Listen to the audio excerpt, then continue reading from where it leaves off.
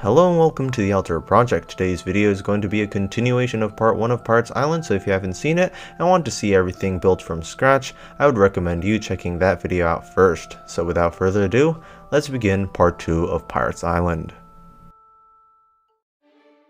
And I'd like to begin by saying this island is far bigger than what I expected it to be.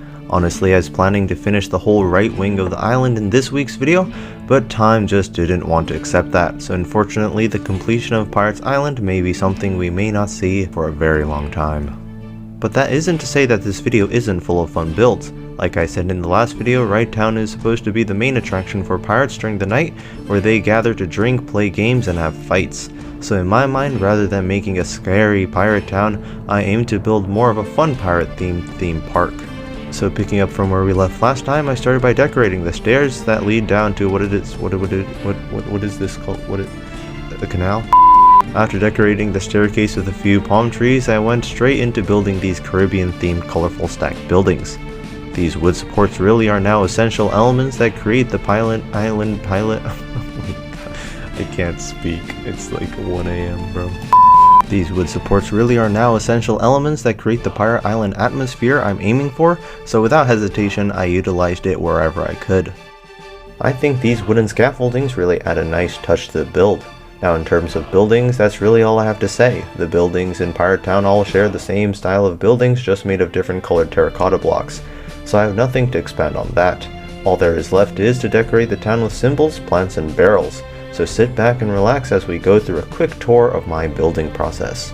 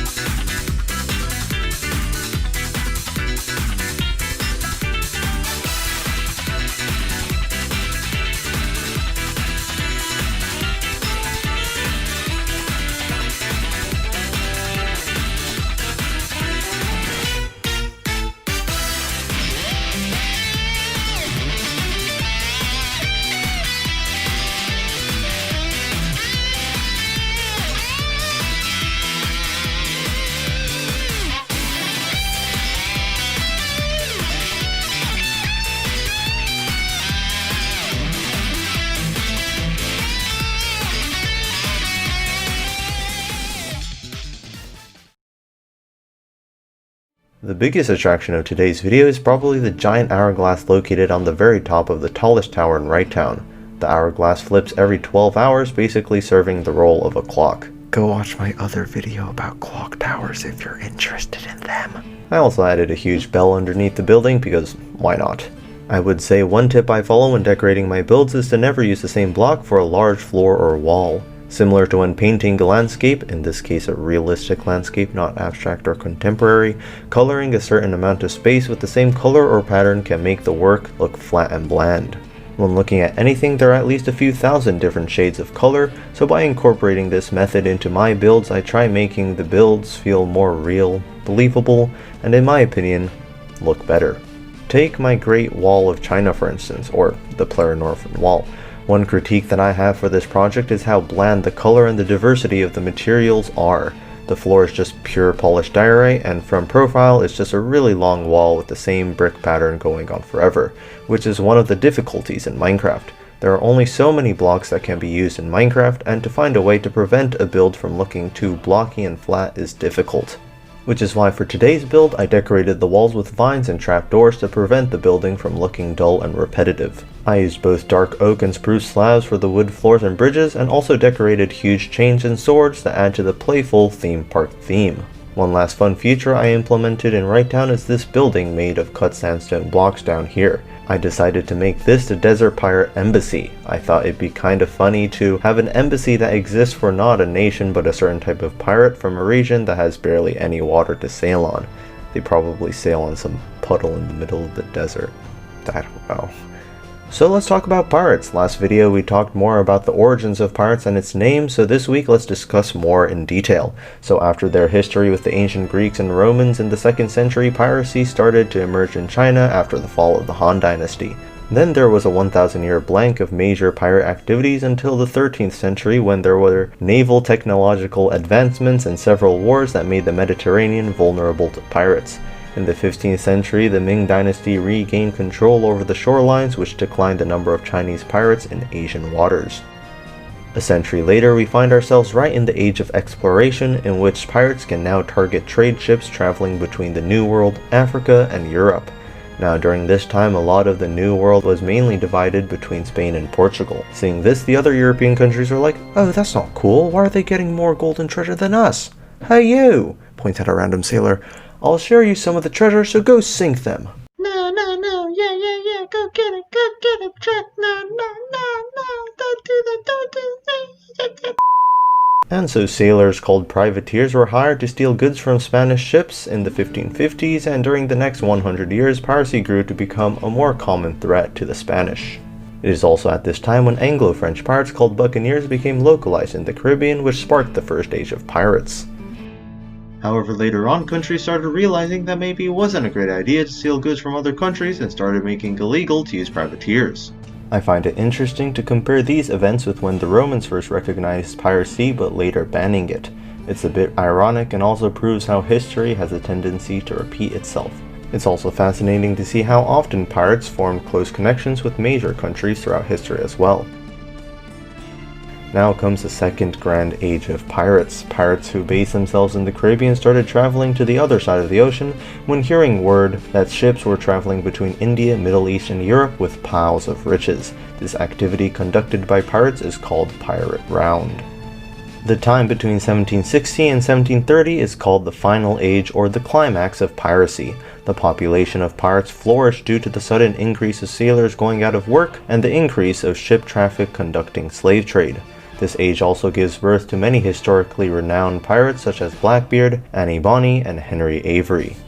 However, after this age, the population of pirates started to decline. In 1750, a book named A General History of the Pirates, which talks about major pirate captains of the time, was published, which became the base of the popularity and idolization of the pirate lifestyle we know today. In 1775, the American Revolution brought pirates to target ships traveling between the 13 colonies and Europe. Then in 1803, pirates started targeting ships active during the Napoleonic War. In 1807, a female pirate captain called Qing Shi created an immense organization of pirates which includes 800 ships with about 80 to 150,000 men. That's super cool. In 1820, piracy was eliminated in Central America, and in 1850, piracy declined in Asian waters after an attack from English fleets. Recently, in 1991, the Somali government collapsed, causing a civil war which led to a number of pirate activities around Somalia. Combined Task Force 150 is now protecting Middle Eastern waters from any potential acts of terrorism or piracy. And that concludes this very compressed tour on pirate history. There are probably many other cool pirate facts that I left out, so if you're interested, I encourage you to look up more about pirates on the internet since their history is very fascinating. I'll also put all the sources I used for the video in the description, so do check those out as well.